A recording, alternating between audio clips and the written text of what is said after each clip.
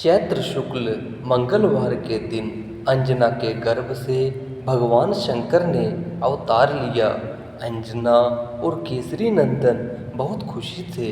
शुक्ल पक्ष के चंद्रमा के समान दिन प्रतिदिन बढ़ते हुए बालक का लालन पालन बड़े ही प्यार से होने लगा। अंजना कहीं जाती तो उन्हें अपने साथ ले जाती। केसरी बालक को अपनी पीठ पर बैठाकर छलांगे भरते और अपने शिशु को आनंदित देखकर स्वयं आनंद मग्न हो जाते। एक दिन हनुमान जी को घर पर छोड़कर माता अंजना फल फूल लेने गई। केसरी जी पहले से बाहर गए थे। बालक घर में अकेले थे, उन्हें भूख लगी थी। उधर उन्होंने सोचा कुछ खा लिया जाए और खाने को कुछ नहीं था। अंत में उनकी दृष्टि सूर्य पर पड़ी। प्रातःकाल का समय था। उन्होंने सोचा कि यह तो बड़ा सुंदर लाल लाल फल है, यह खाने और खेलने दोनों में काम आएगा। श्री हनुमान जी ने सूर्य तक पहुंचने की चेष्टा की। वायु ने पहले ही उन्हें उड़ने की शक्ति दे दी थी, अथवा यूं भी कह सकते हैं कि भगवान शंकर की लीला में यह आश्चर्य की कौन सी बात है। वह हनुमान जी आकाश में उड़ने लगे। देवता, दानव, यक्ष आदि उन्हें देखकर विस्मित हो गए। वायु के मन में भी शंका हुई। उन्होंने सोचा कि मेरा पुत्र जल ना जाए, इसलिए उन्होंने शीतल हवा चलानी शुरू कर दी। उनकी दिव्य दृष्टि में बालक की महत्वता छिपी ना रही। उनके मन में कई बातें आईं। उन्होंने देखा कि यह स्वयं भगवान शंकर ही वानर बालक के वेश में मेरे पास आ रही हैं। यह बात भी उनसे छिपी ना रही कि मेरे पितृतुल्य वायुदेव के आशीर्वाद से ही इस बालक का जन्म हुआ है और वे स्वयं इसकी रक्षा करने आ रहे हैं। उन्होंने अपनी हर किरणें शीतल कर दी। धीरे धीरे भगवान हनुमान जी सूर्य के रथ पर पहुंच गए। उनके साथ खेलने लगे। उस दिन ग्रहण था। अपना समय जानकर राहु सूर्य को ग्रसने के लिए आया हुआ था। उसने देखा कि एक वानर बालक सूर्य के रथ पर बैठा हुआ है। पहले तो राहु ने कोई परवाह नहीं की, पहले की भांति ही सूर्य पर टूट पड़ा। परंतु जब हनुमान जी के कठोर हाथों से वह पकड़ा गया, तब वह भयभीत हो गया और किसी प्रकार अनेकों प्रकार करके मां को छुड़ाकर भागा। वह सीधे देवराज इंद्र के पास गया। उसने जाकर इंद्र से कहा, देवराज, आपने सूर्य को ग्रसने का अधिकार मुझे दिया है, क्या अब आपने किसी दूसरे को यह अधिकार दे दिया?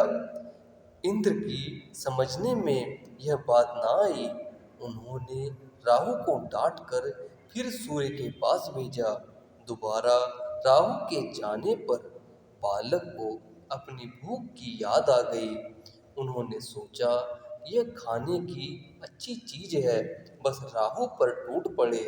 राहु उस बालक के तेज से डर गया और अपनी रक्षा के लिए इंद्र को पुकारने लगा।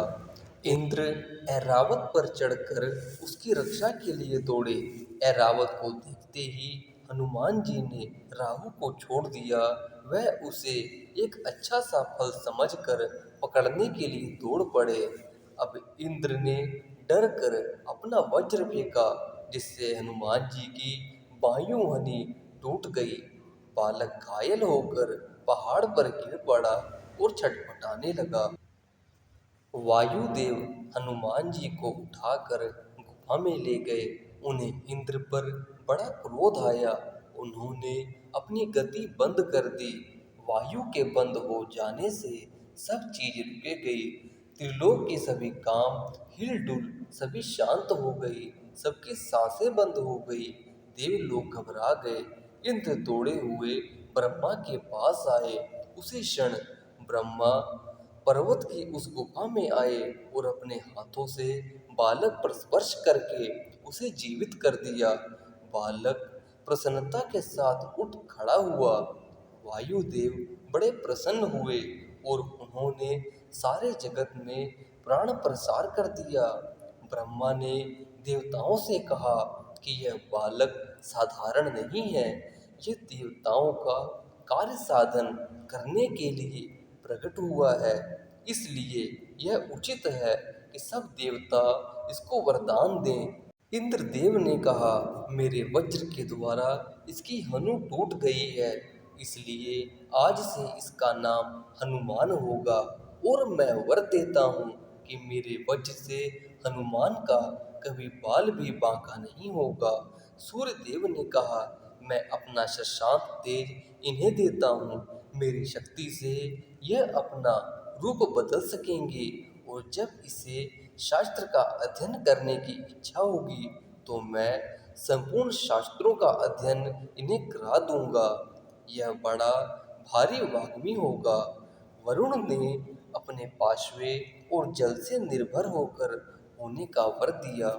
कुबेर आदि देवताओं ने भी अपनी अपनी ओर से हनुमान जी को निर्भय कर दिया। विश्वकर्मा ने अपने बनाए हुए दिव्यास्त्रों से उन्हें मुक्त रहने का वरदान दिया और ब्रह्मा ने ब्रह्म ज्ञान दिया। चिरायु करने के साथ ही ब्रह्मास्त्र और ब्रह्म पाश से मुक्त कर दिया। चलते समय ब्रह्मा ने वायुदेव से कहा, तुम्हारा पुत्र बड़ा ही वीर, इच्छानुसार रूप धारण करने वाला और मन के समान तीव्र गति वाला, इसकी गति सभी से तेज होगी, इसकी कीर्ति अमर होगी और राम रावण युद्ध में यह राम जी का सहायक होगा और परम प्रतिभावादी होगा। इस प्रकार हनुमान जी को वह वर देकर सब देवता अपने अपने धाम को चले गए। अंजना और केसरी को यह सब सुनकर जो सुख हुआ वह सर्वथा अनिर्वचनीय है।